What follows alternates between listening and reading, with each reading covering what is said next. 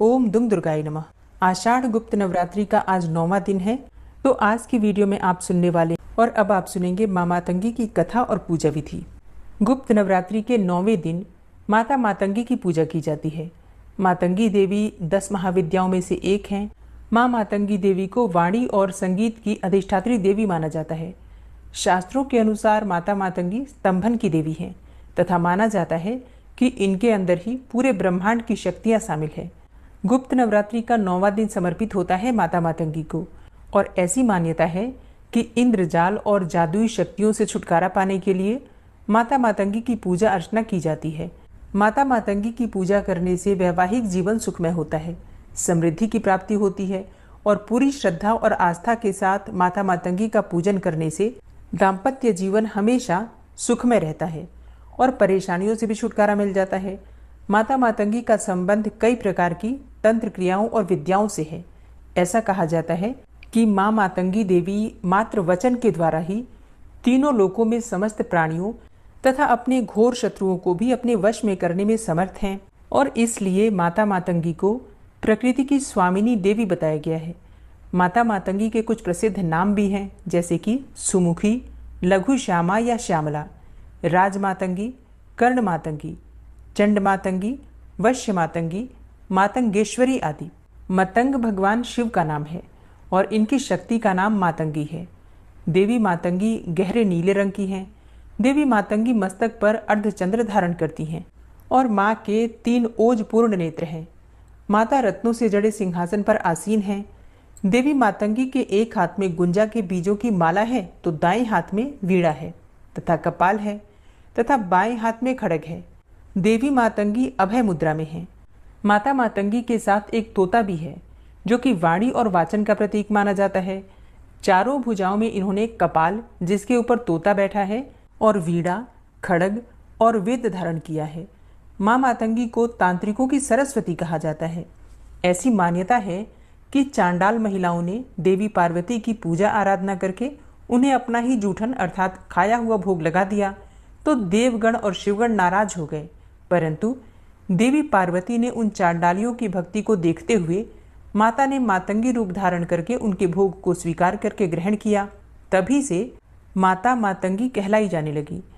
मातंगी देवी इंद्रजाल और जादू के प्रभाव को नष्ट करती हैं।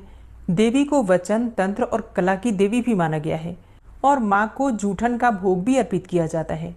शिव की ये शक्ति असुरों को मोहित करने वाली और साधकों को अभिष्ट फल देने वाली है। गृहस्थ जीवन को सुखमय बनाने के लिए लोग इनकी पूजा करते हैं। अक्षय तृतीया अर्थात वैशाख मास की शुक्ल पक्ष की तृतीया तिथि को माँ मातंगी की जयंती है। पलाश और मल्लिका पुष्पों से युक्त बेलपत्रों की पूजा करने से व्यक्ति के अंदर आकर्षण और स्तंभन शक्ति का विकास होता है। ऐसा व्यक्ति जो मातंगी महाविद्या की सिद्धि प्राप्त करेगा वो अपने क्रीड़ा कौशल से या फिर कला संगीत से दुनिया को अपने वश में कर लेता है। वशीकरण में भी ये महाविद्या कारगर होती है। मातंगी माता का मंत्र है ओम ह्रीम ऐं भगवती मतंगेश्वरी श्रीम स्वाहा। ओम ह्रीम ऐं भगवती मतंगेश्वरी श्रीम स्वाहा। इस मंत्र का जाप स्फटिक की माला से 12 माला करने से किसी भी प्रकार की कामना पूर्ण हो जाती है। जाप के नियम गुरु से पूछकर करना चाहिए। ऐसा कहा जाता है कि माता मातंगी हनुमान जी और शबरी के गुरु मतंग ऋषि की पुत्री थी। मतंग ऋषि के यहाँ माता दुर्गा के आशीर्वाद से जिस कन्या का जन्म हुआ था वह मातंगी देवी थी। ये देवी भारत के आदिवासियों की देवी हैं। 10 महाविद्याओं में से एक तारा और मतंग देवी की आराधना बौद्ध धर्म में भी की जाती है। बौद्ध धर्म में मातंगी को माता गिरी कहा जाता है। माता मातंगी की उत्पत्ति कैसे हुई, इस विषय में एक पौराणिक कथा है। पौराणिक कथा के अनुसार एक बार भगवान विष्णु और उनकी पत्नी लक्ष्मी जी भगवान शिव तथा पार्वती से मिलने के लिए उनके निवास स्थान कैलाश के शिखर पर गए। भगवान विष्णु अपने साथ कुछ खाने की सामग्री लेकर गए तथा उन्होंने वो खाद्य सामग्री भगवान शिव को भेंट स्वरूप प्रदान की। फिर भगवान शिव तथा पार्वती ने उपहार स्वरूप प्राप्त हुए वस्तुओं को खाया। भोजन करते हुए खाने का कुछ अंश धरती पर नीचे गिरा। उन गिरे हुए भोजन के भागों से एक श्याम वर्ण वाली देवी ने जन्म लिया जो मातंगी नाम से विख्यात हुई। देवी का प्रादुर्भाव उच्छिष्ट भोजन से हुआ। परिणाम स्वरूप देवी का संबंध उच्छिष्ट भोजन सामग्रियों से है तथा उच्छिष्ट वस्तुओं से देवी की आराधना होती है। देवी उच्छिष्ट मातंगी नाम से जानी जाती हैं। एक अन्य पौराणिक कथा के अनुसार एक बार पार्वती देवी ने अपने पति भगवान शिव से अपने पिता हिमालय राज के यहाँ जाकर अपने माता तथा पिता से मिलने की अनुमति मांगी, परंतु भगवान शिव ये नहीं चाहते थे कि वे उन्हें अकेले छोड़कर जाएं। लेकिन भगवान शिव के सामने बार बार प्रार्थना करने पर उन्होंने देवी को अपने पिता हिमालय राज के घर जाने की अनुमति दे दी। अब साथ ही उन्होंने एक शर्त भी रखी कि वे शीघ्र ही माता पिता से मिलकर वापस कैलाश पर आ जाएंगी। तदनंतर अपनी पुत्री पार्वती को कैलाश से लेने के लिए उनकी माता मेनका ने एक बगुला वाहन स्वरूप में भेजा। कुछ दिन के बाद भगवान शिव बिना पार्वती के विरक्त हो गए तथा उन्हें वापस लाने का उपाय सोचने लगे। उन्होंने अपना भेष एक आभूषण के व्यापारी के रूप में बदला तथा हिमालय राज के घर गए। और भगवान शिव ने ये वेश क्यों धारण किया? क्योंकि वो देवी पार्वती की परीक्षा लेना चाहते थे। वे पार्वती के सामने गए और अपनी इच्छा के अनुसार आभूषणों का चुनाव करने के लिए कहा। फिर पार्वती ने जब कुछ आभूषणों का चुनाव कर लिया और उनसे मूल्य ज्ञात करना चाहा, तो व्यापारी रूपी भगवान शिव ने देवी से आभूषणों के मूल्य के बदले उनसे प्रेम की इच्छा प्रकट की। देवी पार्वती अत्यंत क्रोधित हुई। अंततः उन्होंने अपने अलौकिक शक्तियों से उन्हें पहचान लिया। तदनंतर देवी प्रेम के लिए तैयार हो गईं तथा व्यापारी से कुछ दिनों के पश्चात आने का निवेदन किया। और फिर कुछ दिनों के पश्चात देवी पार्वती भी भेष बदलकर भगवान शिव के सामने कैलाश पर्वत पर गईं। उस समय भगवान शिव अपने नित्य संध्योपासना की तैयारी कर रहे थे। देवी पार्वती लाल वस्त्र धारण किए हुए बड़ी बड़ी आंखें करके श्याम वर्ण तथा दुबले शरीर से युक्त अपने पति के सम्मुख प्रकट हुई। भगवान शिव ने देवी से उनका परिचय पूछा। देवी ने उत्तर दिया कि वो एक चांडाल की कन्या है और तपस्या करने आई है। भगवान शिव ने देवी को पहचान लिया और कहा कि वे तपस्वी को तपस्या का फल प्रदान करने वाले हैं। ये कहते हुए उन्होंने देवी का हाथ पकड़ लिया और प्रेम में मग्न हो गए।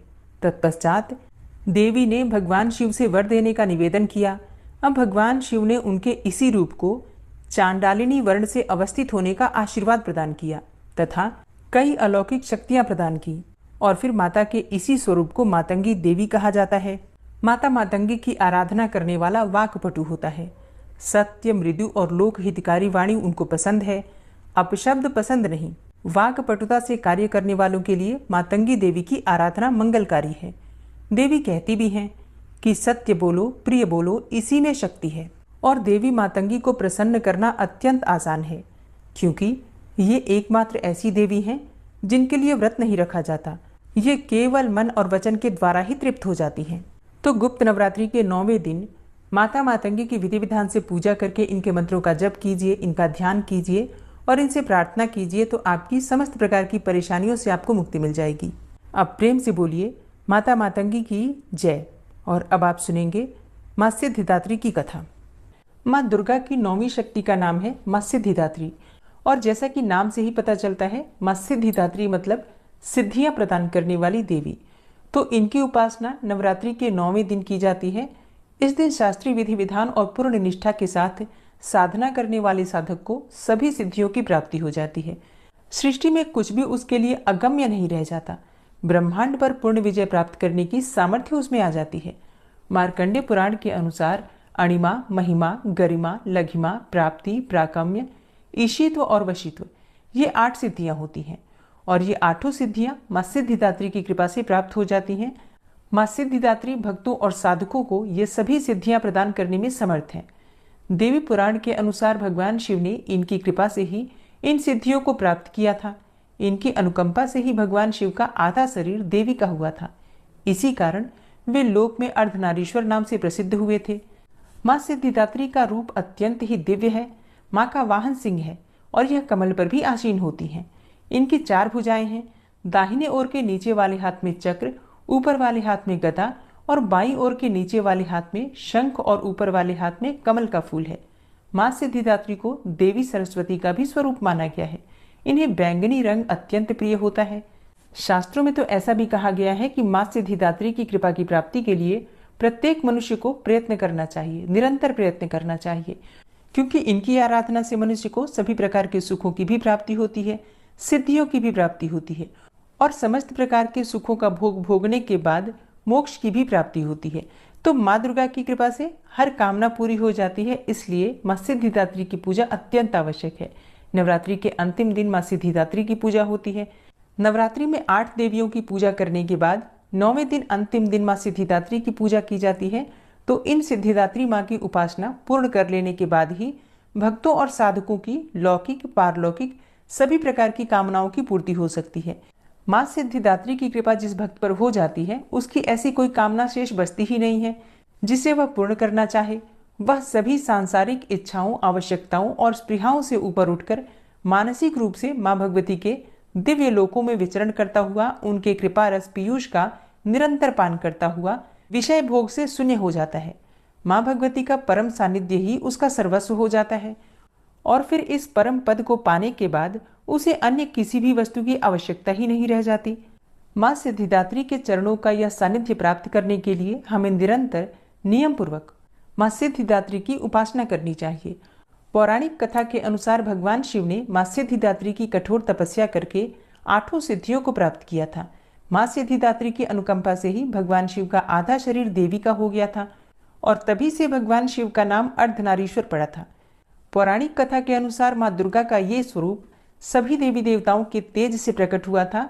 कथा में वर्णन है कि जब दैत्य महिषासुर के अत्याचारों से परेशान होकर सभी देवतागण भगवान शिव और भगवान विष्णु के पास पहुंचे, तब वहां मौजूद सभी देवतागणों से एक तेज उत्पन्न हुआ और उसी तेज से एक दिव्य शक्ति का निर्माण हुआ जिसे माँ सिद्धिदात्री कहा जाता है।